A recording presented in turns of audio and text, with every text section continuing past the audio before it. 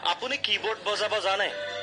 নাজানিলেও বজোৱা হয়তো দেখিছে, কিন্তু এনেকৈ বজোৱা জীৱনত কেতিয়াবা দেখিবলৈ পাইছেনে?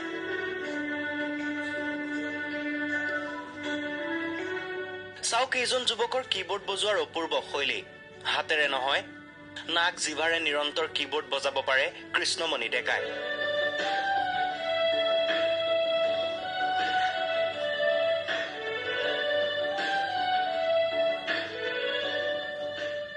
আচৰিত যেন লাগিলেও কিন্তু এইজন যুৱকে কৰি দেখুৱাইছে এই অবিশ্বাস্য কাৰ্য। সাধনা আৰু নিৰন্তৰ অনুশীলনৰ বলত এনেদৰে নাক আৰু জিভাৰে কিবোৰ্ড বজোৱা অনন্য শৈলীত পাৰ্গত হৈ উঠিছে চিপাঝাৰৰ কৃষ্ণমণি ডেকা। জিভাৰে 30 মিনিট আৰু নাকেৰে 25 মিনিট পৰ্যন্ত কিবোৰ্ড বজাব পাৰে ডেকাই।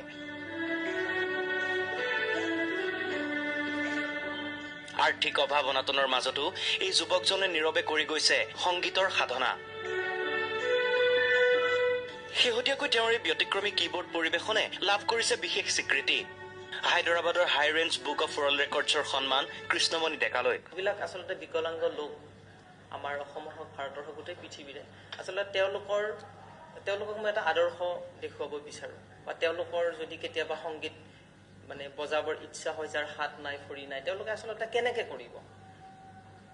হয়তো জিভাৰে বা নাকেৰে কিছুমানে কৰিব পাৰে। সেইটো এটা মুখ্য উদ্দেশ্য। পৰিশ্ৰম সাধনাৰ বলত আচৰিত যেন লগা এই কাম কৰি দেখুৱাইছে এইজন যুৱকে। অসাধ্য সাধন কৰি বহুতৰ বাবে অনুপ্ৰেৰণাৰ উৎস কৃষ্ণমণি ডেকা। ভিডিঅ' জাৰ্নেলিষ্ট বিকাশৰ সহযোগত ইমৰান আলী, প্ৰাগ নিউজ।